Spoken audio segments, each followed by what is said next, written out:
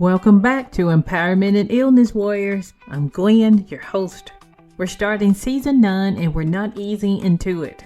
If you're new here, you picked a perfect episode to start with. And if you've been riding with us since the beginning, you already know we don't come in here to play it safe. We come in here to tell the truth. And today's truth is one that I know a lot of you have been scared to say out loud. I'm selfish and I know it. And I'm done apologizing for it. Now, before you click away, hear me out, because I'm not talking about the kind of selfish that leaves people behind. I'm not talking about cruelty or indifferent. I'm talking about the kind of selfish that keeps you alive, the kind that protects your energy when your body is already spending it faster than it comes in, the kind that says, I can't pour from an empty cup and I refuse to keep trying. That kind of selfish, it isn't a flaw. It's a survival skill. And today we're going to talk about why warriors living with chronic illness not only have permission to be selfish, but an absolute responsibility to be. So today we're going to sit in the discomfort of that word together. We're going to turn it over, look at what's underneath it, and by the time we're done, we're going to feel less guilty and more grounded. Let's get into it. Let's start with the word itself, selfish. Say it out loud for a second. Notice how it feels in your mouth. For most of us, it doesn't feel good, because from the time we were small, we were taught that selfish was one of the worst things you could be. Share your toys. Think about others. Don't be so selfish. And so we carry that into adulthood, into our relationships, into our roles as partners, parents, friends, employees. And then chronic illness showed up and completely changed the math. Suddenly, the things we used to do without thinking, saying yes, showing up, pushing through, gave and gave and gave until there wasn't anything left. Those things started costing us in ways they never did before. But the word selfish was still sitting there, loaded and waiting. So every time you said no, you felt it. Every time you rested instead of showing up, you felt it. Every time you chose your body over someone else's comfort, that word came rushing in like an accusation. And most of us, instead of pushing back on it, swallowed it. We said yes when we meant no. We showed up when we should have stayed home. We gave what we didn't have because we couldn't stand the idea of being seen as selfish. And where did it get us? Flares, burnout, resentment. Bodies that had to shut down completely just to get us to stop. Your body has been trying to tell you something that this episode is going to say plainly. The version of selflessness you were taught was never designed for someone managing a chronic illness. It was designed for people with an unlimited energy supply. That isn't you. And it's time to stop measuring yourself against a standard that was never built for your reality. So let's redefine this, because selfish in the context of chronic illness doesn't mean what the world taught you it means. It means something different, something necessary, something that's honestly is an act of love toward yourself and the people around you. Selfish looks like canceling plans without writing a 3-paragraph apology. It looks like going to bed when you need to instead of staying up to prove you're still the person you used to be. It looks like ordering the food that supports your body, even when everyone else at the table is doing something different. It looks like leaving a conversation that's draining you, even if it isn't finished. It looks like saying, I can't take that on right now, and meaning it without flinching. Here's what selfish in this context isn't. It isn't abandoning people who need you. It isn't becoming someone who only thinks about themselves. It isn't the absence of love or care. It is the presence of boundaries. And boundaries for someone with a chronic illness aren't optional. They are medical.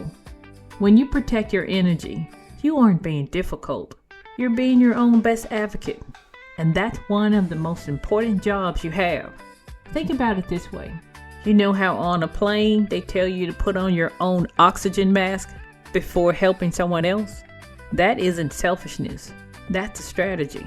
Because a person who has passed out from oxygen deprivation can't help anyone. A warrior who has pushed herself into a flare, trying to be everything for everyone, can't show up for the people she loves. Putting your mask on first isn't abandoning your people. It is making sure you're still standing when they need you. Now let's talk about guilt. Because even when you understand everything I just said, even when you know it in your head that protecting your energy is the right thing to do, the guilt shows up anyway, and it's loud. It sounds like they needed me and I wasn't there. It sounds like a good mother, a good partner, a good friend would have pushed through. It sounds like I used to be able to handle this. What is wrong with me? And it sits on your chest in the quiet moments after you've said no, after you've rested, after you've chosen yourself. And it tells you that you did something wrong. I want to offer you a different way to look at that guilt. Guilt in small doses is a signal worth listening to. It can tell you when you have genuinely acted against your values. But chronic guilt, the kind that shows up every single time you prioritize your own health, isn't a morale signal. It's a conditioned response. It's what happens when someone has been taught their whole life that their values is tied to what they give to others. And when you stop giving at the expense of yourself, the conditioning screams. That screaming isn't the truth, it's a habit. And habits, even deeply ingrained ones, can be changed. Every time you choose yourself and sit with the discomfort of that guilt without caving to it, you're rewriting the script. You're teaching yourself slowly and with real effort that your needs aren't an inconvenience. They aren't a burden. They are a legitimate claim on your own life. You are still you, and you deserve to be taken care of, starting with the care you give yourself. Listen, making yourself a priority isn't the same as making yourself the only priority. You can still love your people deeply. You can still show up for the moments that matter. You can still be a good partner, a good parent, a good friend. And you can do all of that while also refusing to destroy yourself in the process. In fact, the version of you that protects your energy is a better friend, a better partner, a better presence than the version of you that gives until she breaks and then disappears for weeks because her body forced her to stop. The people who love you don't actually want the version of you that's running on empty. They want the version of you that's still standing. That version requires you to be selfish, strategically, intentionally, unapologetically selfish. And here's the part that I think will stick with you after this episode is over. Every time you choose yourself, you're modeling something for the people watching you, your children, your friends, the warriors in this community who are still in the early days of figuring this out. You're showing them that it's possible to have a chronic illness and still treat yourself like you matter. That isn't selfishness. That is leadership. And this community needs more of it. So say it with me, even if it feels uncomfortable, even if it feels like it's too much. I'm selfish and I know it, and I'm not apologizing for it anymore, because my health isn't negotiable, and neither is yours. Set aside some quiet time this week with your journal. These prompts are meant to help you notice your direction, not judge your pace. Write down every role you're currently playing in other people's lives. Then write down what each of those roles is costing you physically. Look at the list honestly. What needs to change? Finish this sentence. I would feel less guilty about choosing myself if I believed that I deserved it. Then write about why you do. Write about a time you chose yourself and it turned out to be the right decision, even if it was hard. What happened? What did you learn from it? For this week's listener's action plan, choose one of the options that makes you the most uncomfortable because it's probably the one you need the most. Say no to one thing this week without an explanation. Not a long apology, not a detailed excuse, just, I can't do that right now. Full stop. Notice how it feels. Notice that the world didn't end. Identify one recurring obligation that consistently drains you. Write down what it would take to reduce, delegate, or eliminate it. You don't have to act on it yet. Just get it on paper and let it become real. Do one thing this week that's purely for you. Not productive, not for anyone else. Something that fills your cup. Schedule it like an appointment. treated like one. And now, a word from our sponsor. This episode is brought to you by Empowerment in Illness and our resource shop built for real life with chronic illness. We spent this entire episode talking about making yourself a priority. And one of the most powerful ways to do that, to walk into every doctor's appointment, every conversation about your health, and every hard day with the right tool in your hand. If you're still learning what your body is doing and need a clear place to start, the Lupus Roadmap was built for that.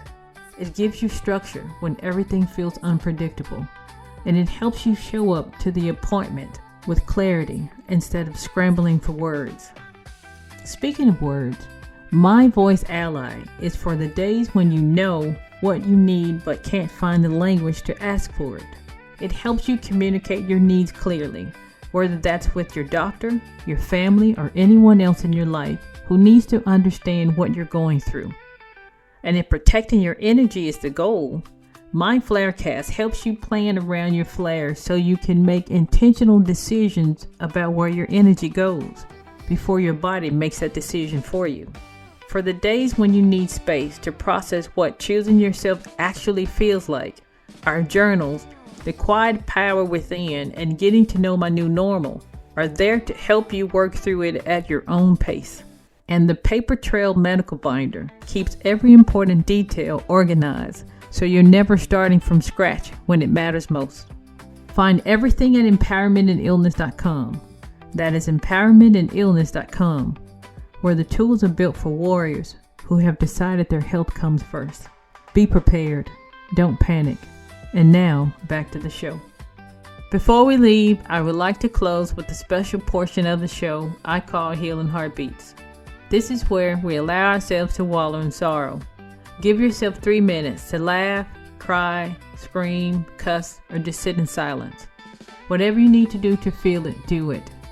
Let the depression in for only 3 minutes. Once you've reached 3 minutes, compartmentalize it and get back to living. This is a rinse and repeat behavior. You cannot let depression take over, because when it does, it will not let go. When we hear about the passing of someone, they have the day they were born and the day they pass away. There's a dash in the middle. It's not a long line, but a short dash. That dash represents your life. Go live in spite of having a chronic illness. Don't let your condition stop you. We open season 9 with the word that a lot of people are afraid to own. And I hope by now it feels a little different sitting in your chest than it did when we started. Not because selfishness is suddenly easy, but because you understand now that the version of it we're talking about isn't about taking from others. It is about stopping the bleeding.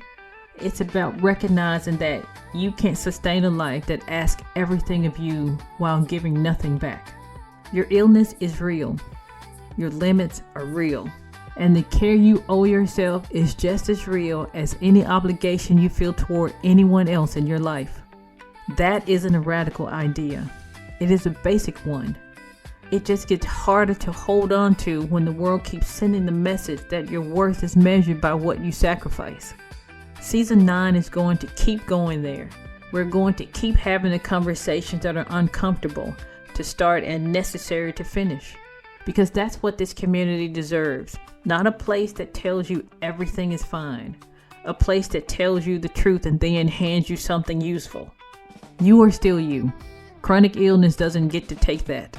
And the you that exists right now, the one who's tired and still showing up, the one who's learning to say no, the one who's slowly, carefully starting to put herself first, that version of you is worth protecting.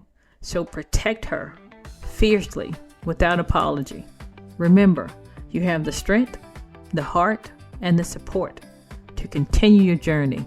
Be safe.